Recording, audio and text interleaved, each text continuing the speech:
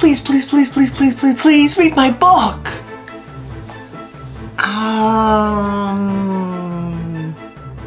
Please, please, please, please, please read my book. I'm begging you. I just want some feedback. I just want some feedback. That's all I want. Just give me some feedback. Read the book. Give me some feedback. I'll be good.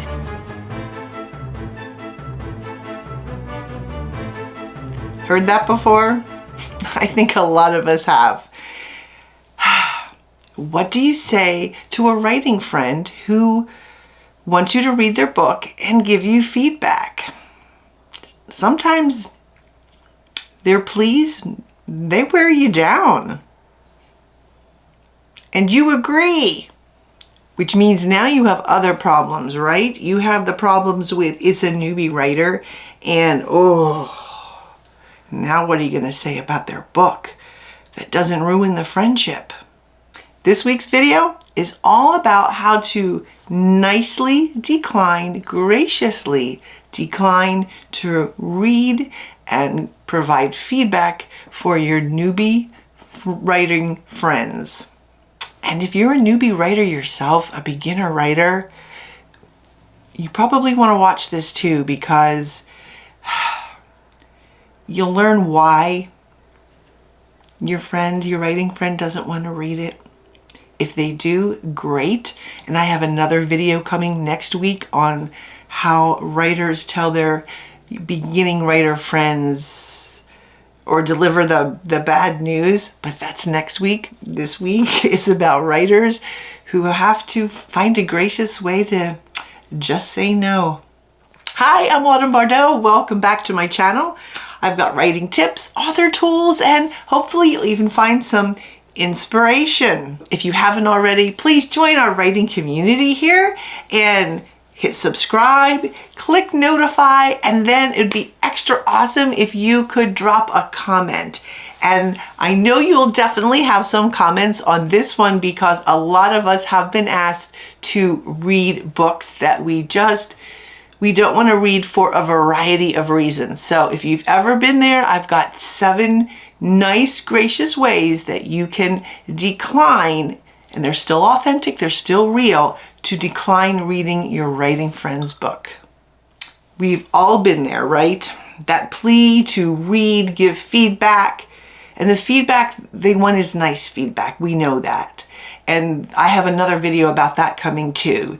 But you know, sometimes writers, we just simply don't have the time, or we know what's involved in that whole process and we just don't want to go there. Maybe we'd like to, but there's only so much time in our day.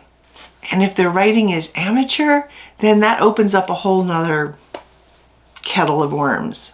Can of worms? Can of worms.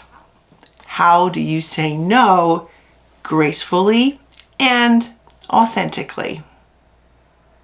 Because if you're like me, it's hard to lie. Number 1, as much as I'd like to do that for you, there just isn't enough time in my schedule to accommodate reading and providing feedback. Now, this is great, but there's a caveat to this. If you're going to tell them you don't have enough time, don't go on social media for the next 4 months and tell everybody how bored you were, or that you just sat and binged watch something on Netflix, because they will see that post and that will hurt them and they will know you were lying. So only give this excuse if it is the honest to God truth. Number 2, I am very uncomfortable providing editorial and developmental feedback and critique for either a personal reason and or a professional reason and or a personal and professional reasons. Personal reasons could be something like, I'm not comfortable providing feedback. A personal reason could be, I'm not comfortable giving advice because I worry that my advice may backfire, that it may take away your voice, that I might ruin your story somehow, or your chances of getting picked up by an agent. I worry I would miss something vital. Those are all totally valid reasons and something we actually think about too.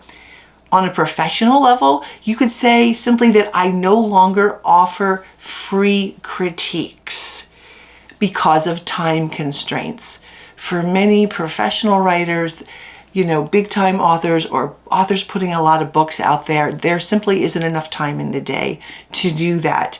And if they do have time, they want to get paid for their services because they're professionals. So their feedback, their critique, it's going to be worth money.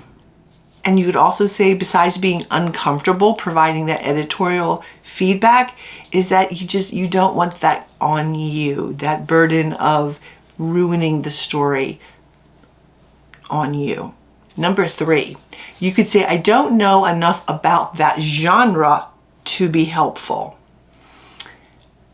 I don't think I could critique a mystery or fantasy because I simply don't know enough about that genre. And it would be the truth. So I could read it and say, yeah, it's great or it's terrible, but what do I know about that genre? Number 4, I don't know enough about developmental editing to be helpful to you. There are things called developmental editors, right? I have a whole almost an hour, 45 minutes talking to a developmental editor, and she's going to come on again and actually talk more about developmental editing. It's that big. People do this for a living. They get paid big dollars for it. So if you don't feel comfortable about it, the feedback you're giving your friend isn't really going to be enough. Remember, normally the feedback they're looking for is, oh, this is great, I really loved it. But if you are an author and you sell a lot of books and you're a professional author, or you're just, you've taken your writing to the next level, you know that if it's a book that's lacking, you're going to feel compelled because you want to help that person. And just to say, oh yeah, that's great, you're going to feel like, oh, I didn't do that person a justice. I didn't do them justice. I didn't do their story justice. And that's why a lot of times that writers have to, graciously find ways to say, no, I can't read your book. And once again, the whole developmental aspect thing is big and burdensome and cumbersome and a job in itself. Number 5 is I am not a fan of that genre. I'm not a fan of that subject. I'm not a fan of that time period. I'm not a fan of that culture, subject matter, whatever it may be. So my opinion would be biased. There are certain books I just can't read because of the subject matter. It makes me cringe. I just don't like it. And so the book could be the greatest book in the world, and it could make all the money in the world, but the subject matter to me, I don't like it. So therefore, I'm going to give a biased opinion. So if that's the case with your friend's book, there is a great, gracious way of getting out of reading and critiquing that. Number 6, our writing styles or our voice are so vastly different that it would be impossible for me to give valid feedback, to give good feedback. Once again, we all have our own styles, our own voice. And if you think about the look inside feature, right, on Amazon, a lot of times that even determines what we like to read, the voice, the style that we like. Oftentimes I will open up a book and I'll look into that look inside feature and I'm like, oh, I don't like this author's voice, so I'm not going to buy it. I don't want to read any more of it. So once again, how can you really provide good feedback if the style is something that you just don't like, right? You don't get. They're vastly different. Maybe they're long and flowy, with a lot of long fancy words. Maybe yours is short and faster paced. And so it's harder to give valid feedback on something where your voices are extremely different. Think of it as going with a friend where you shopping with a friend, right? Ladies, I'll do this for the ladies. You're shopping with your friend and your style is classic and classic monotone, and your friend has boho style. Anything they pick out, any boho outfit they pick out, you're gonna go, I don't like that. doesn't mean it's a bad outfit. It just means you're not able to judge it accurately because you don't like the style. And the same for them. They're going to look at your classic style of monochromatic colors and go, boring, I don't like that. So that is also a gracious and valid reason why you cannot read and give feedback on your writing friend's novel. Number 7, and the last one, and this is for first-time writers. You can tell them, if they're a beginner writer, if this is their first novel, that there is such a big learning curve for a newbie that it's best if you go to someone who is a developmental editor and specializes in that. It's their job after all, so they will provide the best feedback for them, something that you can't do because of the time. Those are my 7 reasons. I hope I gave you some ideas or different ways of saying those. Next week's video is going to be all about when you couldn't say no and you ended up reading your beginner or new writer friend's book, and now you have to give feedback, and what are you going to say, and ways to soften the blow, So that's going to be a longer video, and I will post that next week. Also, I want to give a quick plug for my master's class, which is coming soon. It is on the power of archetypes and how to craft a more masterful sentence.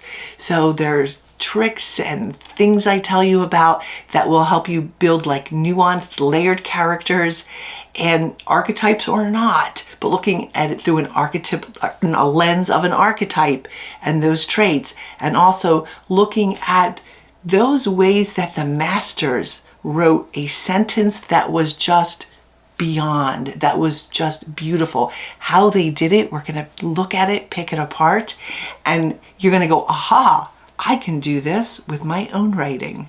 Until then, writers, remember to dream, create, and embrace. Bye-bye.